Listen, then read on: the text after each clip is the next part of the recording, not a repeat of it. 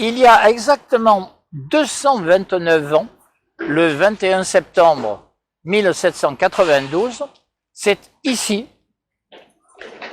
là où se tenait le palais des Tuileries, dans la salle du manège, que a été abolie la monarchie par la Convention.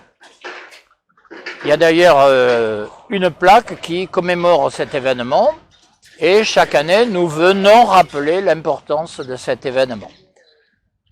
Alors pourquoi était-il important? Parce que pour la première fois en France était affirmée la souveraineté du peuple et était affirmée la liberté. Les deux choses, c'est... Bon, nous n'allons pas faire un cours sur la Révolution, dire que ce n'était pas aussi simple, qu'il y a eu des contradictions, n'empêche que les principes étaient évoqués.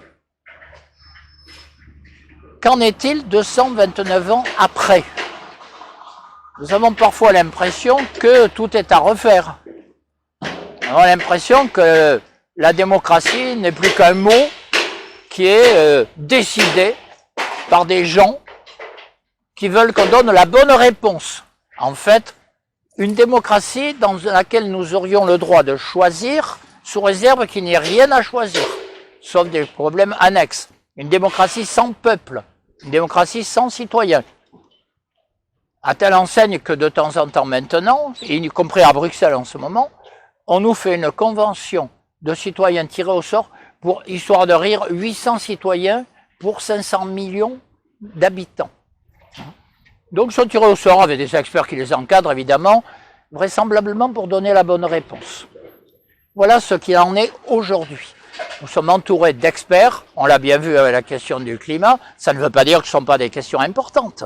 Ça veut dire simplement que nous n'avons pas l'espace pour en parler, pour voir quels sont les enjeux, pour décider comment les conduire. Parce qu'un peuple doit se saisir de toute question qui le concerne, avec effectivement des conseillers, oui, ça va de soi, mais ce n'est pas eux qui décident. Alors jusqu'à présent, et depuis les années 80, oui, en tout cas à la fin des années 80, nous étions dans un système, la mondialisation domine.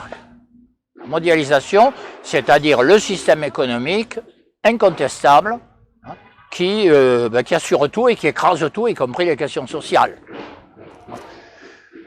Et c'était le libre jeu de la concurrence, libre et non faussé, etc., etc. Nous connaissons le refrain.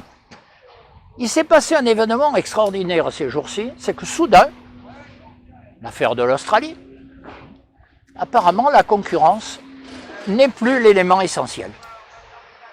Devant un enjeu fondamental, devant la recomposition de la géopolitique, les États-Unis ont décidé que, oui, d'accord, le marché, mais quand ça ne nous arrange pas, ostensiblement, visiblement, on marche dessus. Est-ce que c'est la fin d'une période? Est-ce que c'est la fin d'un système? Est-ce que nous pouvons réaffirmer les valeurs démocratiques et républicaines, comme cela a été le cas il y a 229 ans?